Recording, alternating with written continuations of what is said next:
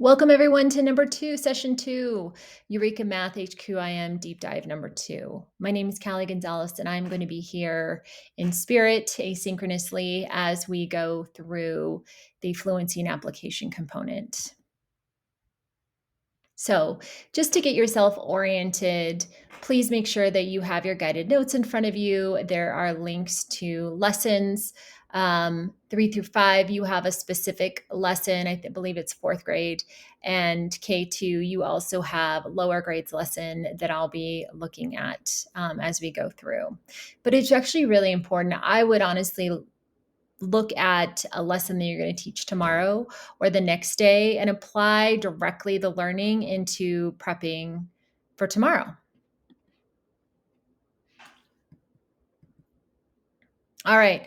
I know this is asynchronous, but please feel free to put my voice on speed a little bit faster than normal and know that this is for you. And so whatever you put into it, you're going to get out of it. Gosh, it'd be so nice to be able to end this session with parts of your lesson deeply internalized and address any misconceptions that you have. So here we go.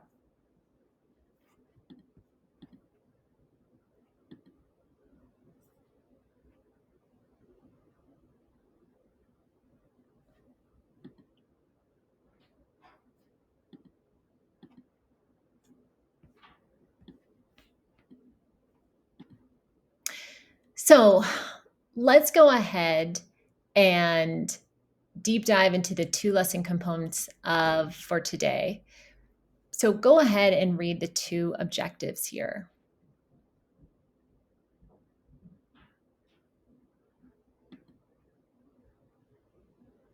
Take a moment to review the teacher competency associated with this deep dive number 2 of fluency application problem.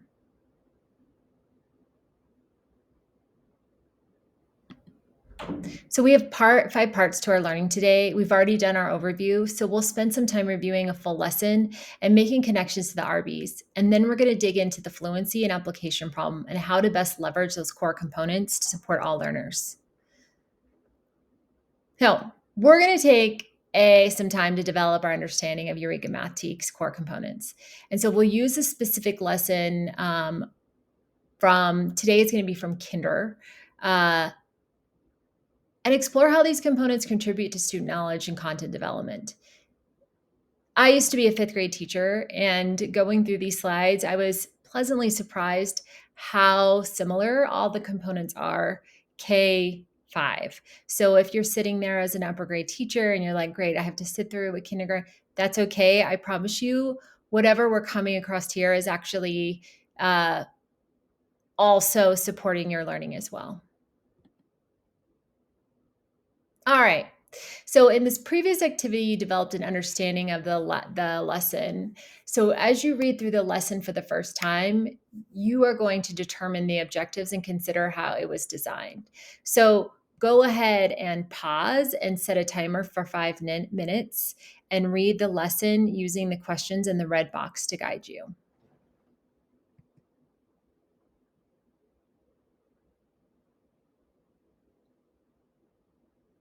So now we're going to dive into the 2 components, fluency and application. Let's look at the 2 core components.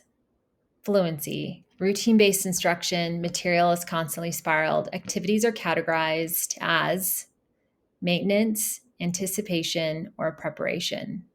Teacher is always a facilitator and progress to mastery. Now, application is problem-solving practice that's also spiraled using materials. It uses K5 problem-solving process of read, draw, write. Teacher is always a facilitator, and student discuss strategies such as show call.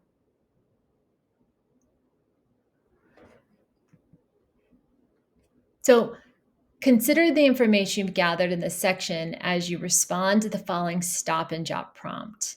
How do these 2 components, fluency and application problem, enhance the coherence and depth of key concepts in the grade level lesson that you have just examined?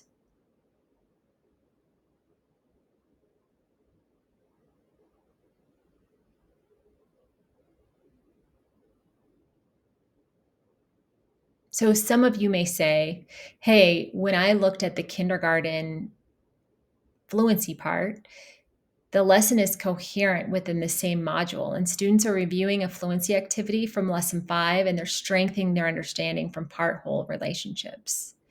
But in the application problem is a good example of depth of key concepts because it allows students to interact with incorporating number sentences before the lesson. And so let's move into deep dive into fluency.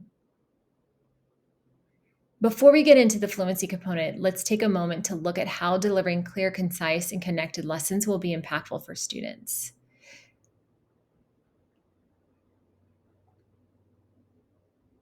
Pause and ask yourself, why is it important for all portions of Eureka Math TEKS Edition to be clear, concise, and connected? But how is this impactful for your students?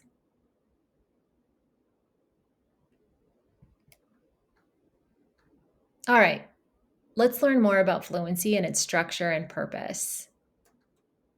Take a second and read through the key details.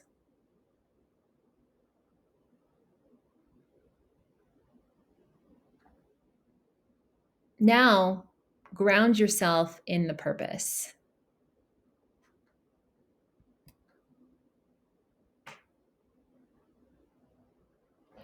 So we're going to take a moment to look over the fluency activity in the Kinder Module 5, Lesson 20, before we watch this video. I want you to gain an understanding of what the expectation for students is in this problem.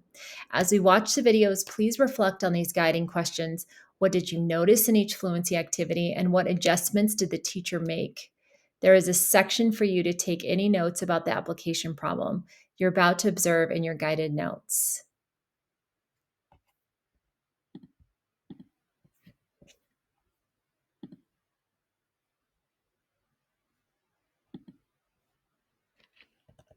All right, guys, are you ready? Are you ready to start?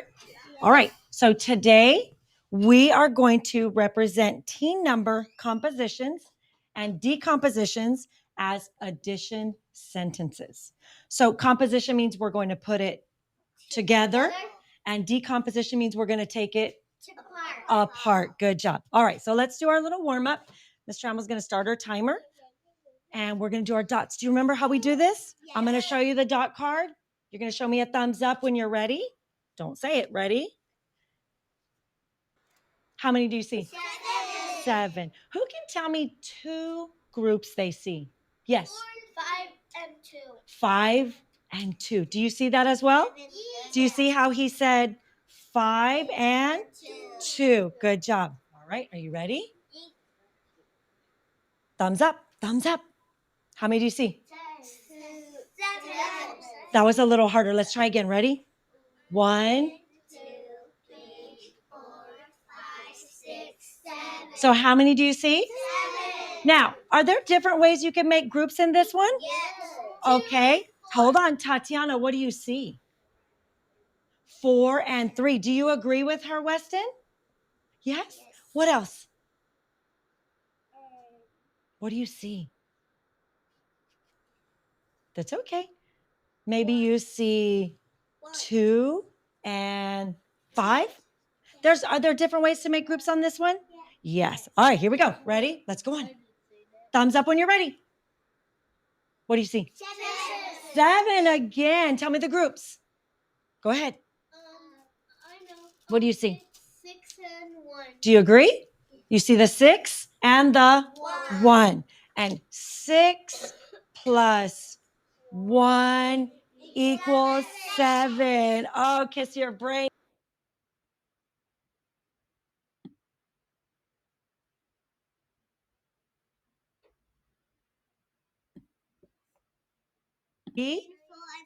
And 4. Very good. Very good.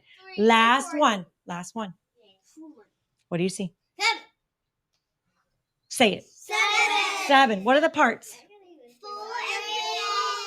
So I heard some say class. Yes, yes. I heard some say 4 and 3. And then I heard someone say 3 and 4. Can we say it either way? Yes. Yes. As long as you're saying both parts, it can be 3 first or 4 first. Good job, boys and girls. You did so good with that. All right, you ready? Yeah. Who remembers what this is called? It's our friend Rec and Rec. Do you remember yesterday when we counted on our Rec and Rec? Who can remember what number we went to? 100. We did go to 100, but there was a smaller number we went to. It was like 10, 20, 30. 40. Did we stop at 40? Yes. Guess what number we're going to today? 60. So, what I want you guys to do first is I would like to count by tens. Can you count by tens? Yes. Do you remember? All right, Weston, you ready? 10, 20, 30, 40, 50, 60. So we counted by tens. And we All right, everyone. Now we're going to change our focus to grade floor fluency. So finish up your notes. If you are K2, finish up your notes from the kinder fluency observation. And now we're going to take a look at grade 4.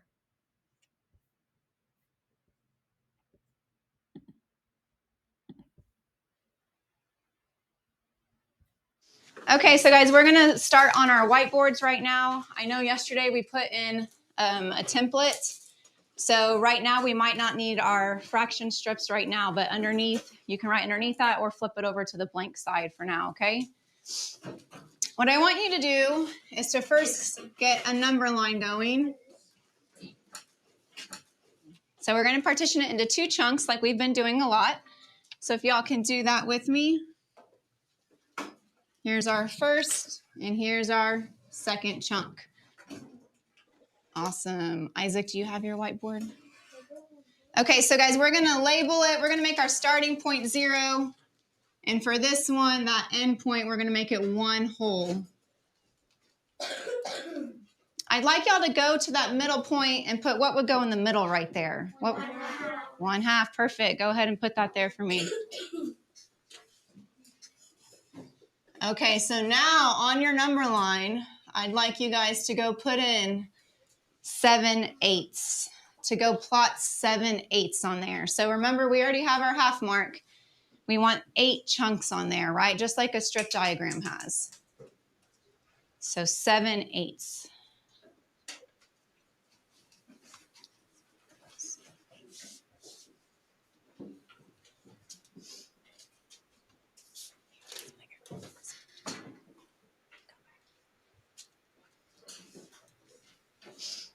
Awesome. And just put a dot or label where 7/8 would be.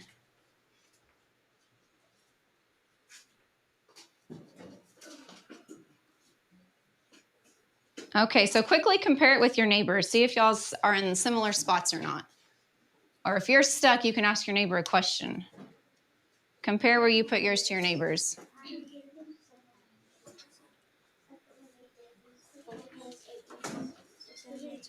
Y'all can talk to each other, guys. Okay, so let's see what Mrs. Santos does. See if it looks similar to yours. If not, you can fix it quickly, okay? So I'm going to go first. Make some fourths, right? We have 1, 2, 3, 4, 4 fourths. How can I turn that into 8s? Add 4 more. Yeah, cut them in half, right? When we double our pieces, we get 8s. So I'm going to go do that really quickly. So 1, 2, 3, 4, 5, 6, 7, 8. 8, 8. So y'all count with me to 7/8. Here's 1 8. 2 8, 3 8, 4 8, 5 8, 6 8, 7 8. Okay, so did yours get pretty close to that 1 whole? Yes. Yes. Was it past the halfway mark? Yes. Okay, so I want y'all to make a comparison using those comparison symbols we've been working on. What you would put in between there. Your alligator mouths, right? Show me which way your alligator mouth would go. Between 7/8 and 1/2.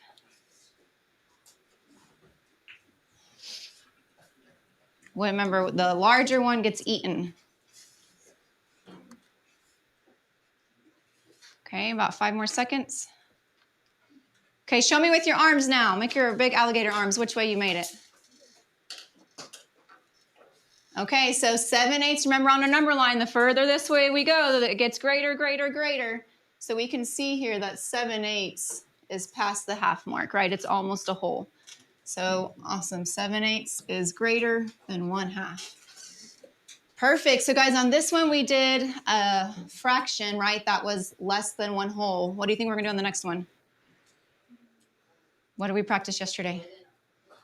Something that's more than a whole, okay? So erase your whiteboards really quickly. Supersonic speed. We're gonna make another number line though. So our last lesson, I know I wasn't here with you guys yesterday morning, but the last lesson we did together, we were practicing those fractions that were greater than 1 whole. So we are gonna compare, we're gonna do 6/5 right now. We're gonna put it on a number line. So let's make another number line. All right. Let's go ahead and pause. What did you notice in each fluency activity, and what adjustments or choices did the teacher make? Go ahead and stop and jot in your handout.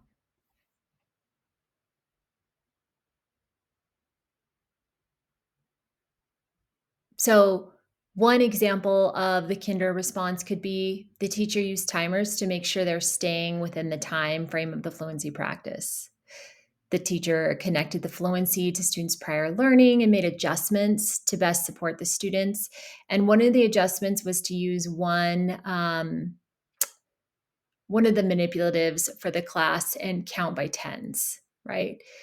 Now, transitioning to 4th grade, there was an opportunity for student discourse. The teacher connected the fluency to student prior learning she made adjustments to best support the students in the classroom. And so the adjustments was that they were only to complete 2 fluency activities and the sequence of the problems that were given. All right, so now that we've seen a fluency practice in action, we're going to take some time to break down the component, which will help guide you to making some decisions for this. Again, there are 3 types of fluency in lesson for Eureka Math Edition. If an activity is maintenance, students are staying sharp on previously learned skills. If it's preparation, they'll be targeting practice for the current lesson. Finally, if the fluency activity is anticipation, skills will ensure the students are ready for the in-depth work of an upcoming lesson. So let's practice classifying different fluency activities.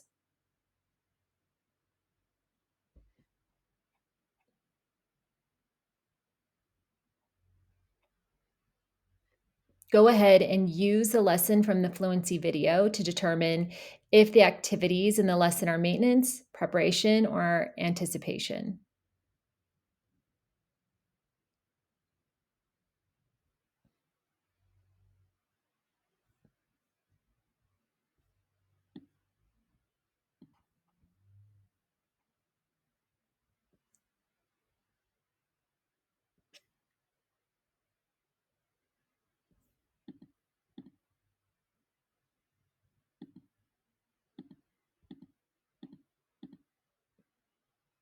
So hopefully you were able to see that the notes at the bottom of each fluency activity guide you in identifying the purpose of each activity. So those author notes are also provided important information that demonstrate how the activity is connected to other lessons. The author's note will sometimes support in understanding the reasoning behind the fluency activity. For example, the author's note on the screen indicated that fluency activity dot cards of 7 strengths, student understanding of part whole, which makes it a maintenance fluency. By knowing this information, you can make a clear connection to your students. So fluency should always be facilitated in every lesson, and intentional strategic choices should be made. So you don't need to necessarily do all of the fluency activities, but this is when you really need to make that strategic choice within what activities needed and how many times you need to repeat the process to ensure that all students can access. So I want you to make sure you're referencing the green notes like we talked about in the last session. These boxes are for ideas about differentiating. These embedded supports often provide guidance on how to remove barriers so all learners can access content to grade level. So right now, you're getting plenty of information about fluency and the core components up front in these modules. To reinforce the learning for this section, think about, or if you have someone next to you, what are your key takeaways about fluency?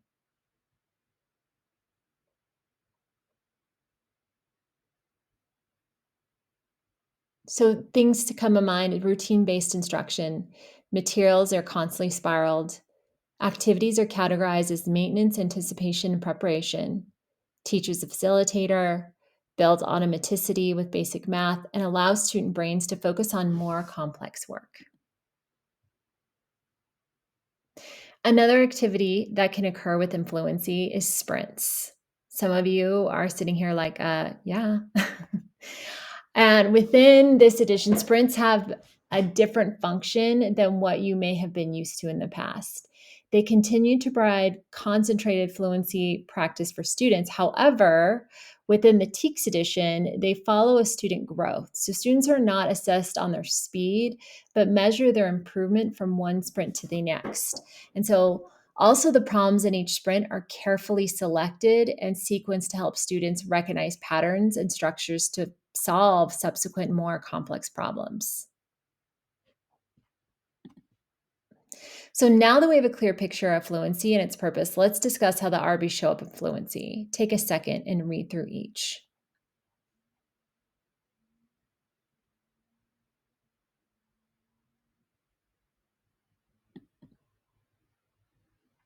All right. Some best practices to engage around fluency include making strategic choices about the activities in the lesson, really using your student data to focus on the module that will assist within making those intentional decisions, and create strong routines and transition will assist not only with your pacing, but will allow students to focus on the learning. All right, let's move into application. Let's learn more about the application problem and its practices. So go ahead and take a second and read the key details.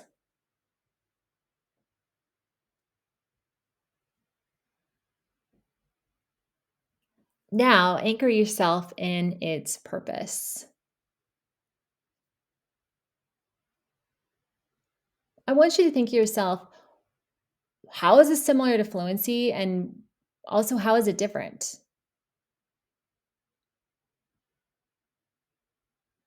So, one thing you can be thinking about is during fluency, the teacher is the facilitator, which is similar to the application problem. And the application problem focuses more on problem solving rather than procedural fluency, like the fluency components.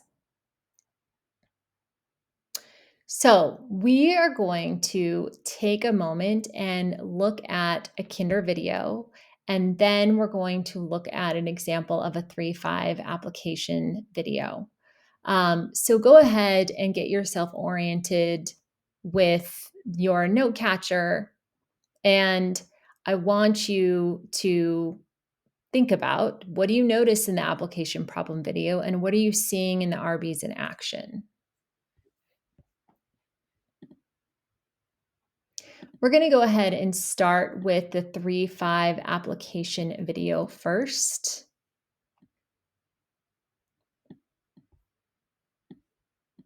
If you are K2, feel free to watch this grade 4 application video or fast forward until you get to the kinder video.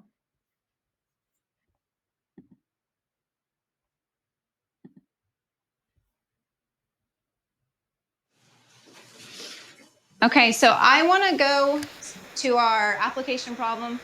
Grayson, you already know the page? Page 91. Let's go to our application problem. Remember, we'll come back to our whiteboard, okay? I have it up here.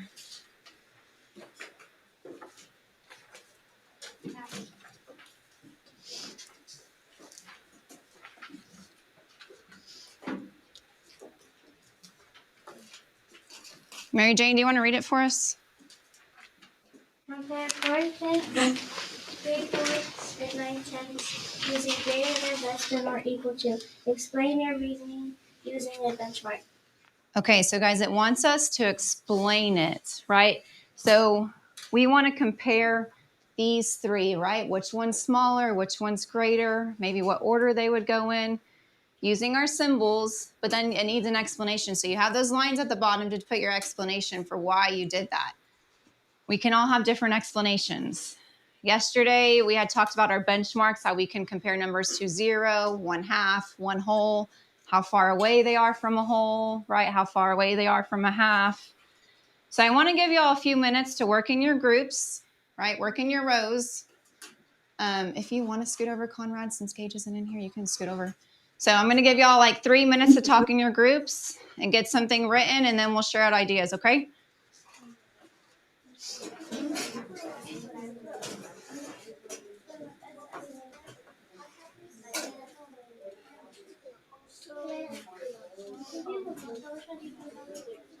What are y'all's thoughts over here?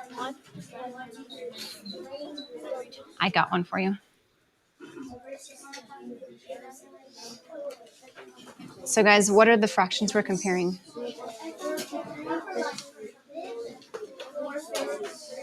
3/4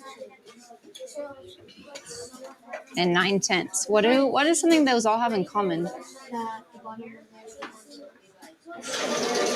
Okay, so the top to bottom number, it's only like one less. Okay, so what does that tell us then?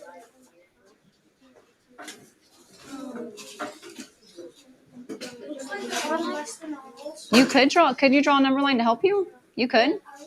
Yeah? Avery, what do you think? If you're comparing those three fractions. So Grayson said we could draw a number line. Camilla noticed that the top number is just one less than the bottom number on all of them. How could those things help us? Ooh. How'd you?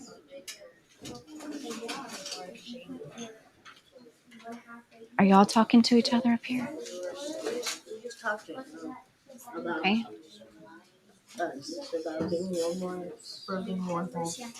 They're all one away from a whole. That's a good observation. Can that help you figure it out? Yeah? Okay. Got a minute left. If you can start on your explanation, start on it together. Mm-hmm.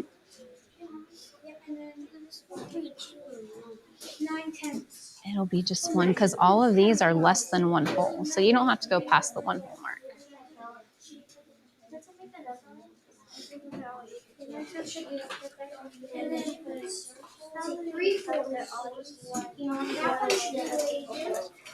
Okay, so talk about what that means. If they're all one away from being a whole, think about this, how big those sizes are, how far away from a whole they are.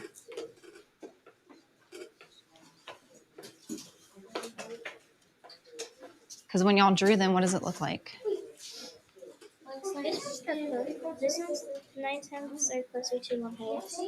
Do you agree with that? Do you think it looks like it's closest to the whole? Okay. So what does that mean? That one's the what? The largest. That one that might be the largest. Okay. Got 5 seconds. You don't have to be done, but we're going to share when that time's up.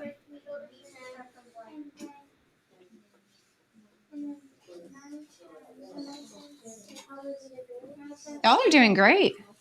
What are you thinking, Savannah? So if these were your fifths, wouldn't 1/5 be here?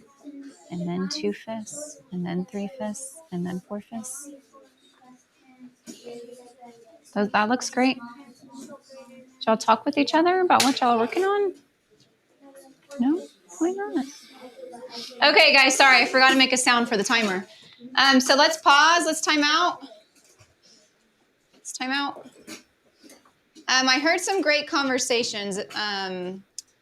some things y'all noticed. Does anyone want to share what they noticed about the fractions? Roger, what's something you noticed? They're all one away from being one whole. They're all 1 unit away from being one whole. That's really good to know. Okay, what does that tell us, Nathan? If they're all 1 away from being a whole, how does that help us? That helps us where to put it. Probably a number line. So I saw a lot of you drew number lines, and that helped you figure out where to put them. They all went towards the end, right? Okay. How did that help y'all figure out which one's the greatest or the smallest? Savannah? It helped us because if you look at your number line and you partitioned it the right way, you should see that your number is above the 1/2 line. Were they all above the half line? Yeah. Yes. Yeah, for sure. Awesome. So when y'all drew them, did any of them look like they were so close though? Like, was it difficult to tell? We're going to pause right here and we are just going to keep going. I'm going to include the link to the K2 application video example in the dashboard so that if you are a K2 teacher, please feel free to go ahead and push play there. I just don't want this video to be too long for you all. I want to make sure that you get on your way. So what did you notice in the application video? Where did you see the Arby's in action? So go ahead and take a second and synthesize everything you saw. So in this 4th grade video, the teacher facilitated the application as a guided practice, and the students had the opportunity to work independently with partners and at times come back together as a whole class. So some examples of the RBs you might have seen was productive struggle, students explain their thinking, and then coherence of key concepts. Connect to concepts within the grade level is what you saw. Now, if you clicked on the kinder video, you saw students explaining their thinking as well with productive struggle, and you also saw coherence of key concepts. So when thinking about the delivery of an application problem, there are 3 different ways to deliver it. The image on the right has the type of delivery with a description. This image can be found in Module 1 overview of your teacher guide. Remember that every application problem does not need to be delivered the same way. So use your student data to determine what approach may be best. Even though your delivery may vary, every application problem should include the read, draw, write process. So students to student discourse, an opportunity for students to engage in productive struggle, etc. So read, draw, write, RDW, is the problem-solving process applicable to all grade levels in Eureka Math TEKS edition. Know that this process is used in all grade levels is connection and coherence. That is why it's so important for teachers to consistently use this process during the application problem component. Another strategy that you should utilize during application problem is show call. Show call is a strategy that involves taking students' written work and displaying it to the class. So whether you use it, you display in an anchor chart and you chart what the student did, you put it under a dot cam. I've seen so many different ways that teachers have used and displayed student work to address any misconception, compare different strategies. This is one of my favorite things, my favorite strategies. It's important to reference the green box. Again, like we just talked about in fluency and in the previous session, really do not skip this part. Multiple times when I'm in observation, I see teachers skip this, and oftentimes I notice that half the class cannot access the task at hand. So really make sure that you take a moment and annotate for this. How are you going to use this? When are you going to use this, and why? All right, now that we've taken the time to learn about the application problem and its purpose, let's examine how we see each of the RBs in the application. So take a second and just skim through this.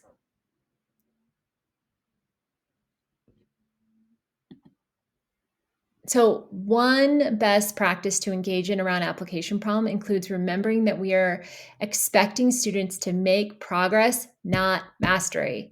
Students will continue to revisit these concepts throughout the lessons and have more time to practice, and the expectation is not mastery, but progress. Remember, there are multiple ways to solve a problem and celebrate different variations of student representation. So when determining the best way to deliver this component, utilize your student data and determine what is best for your class. All right, now we're going to close out.